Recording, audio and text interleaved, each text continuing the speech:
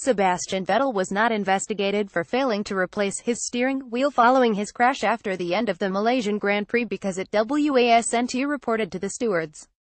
The Ferrari driver failed to leave the steering wheel attached to his car after his collision with Lance Stroll on the slowdown lap.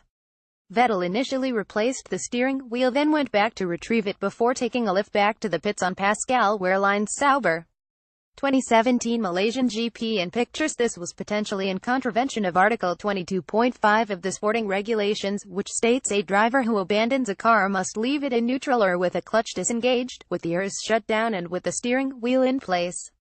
Although the stewards did investigate the collision between Vettel and Stroll, and cleared both drivers, they did not examine why Vettel failed to reattach his steering wheel. "We didn't look at that," FIA steward Gary Connolly told the BBC. "It wasn't reported to us, so we haven't looked at it."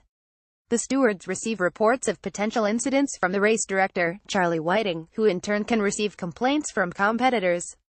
This is not the first time a potential infraction has been overlooked because it wasn't reported at the time. During the Chinese Grand Prix weekend, Daniel Ricciardo and Sergio Perez were given penalties for failing to show up in time for the pre-race performance of the national anthem, but Esteban Ocon's late arrival was not noticed. The last driver to be penalized for failing to replace the steering wheel on a car was Pastor Maldonado during the 2014 Canadian Grand Prix weekend. He was given a reprimand.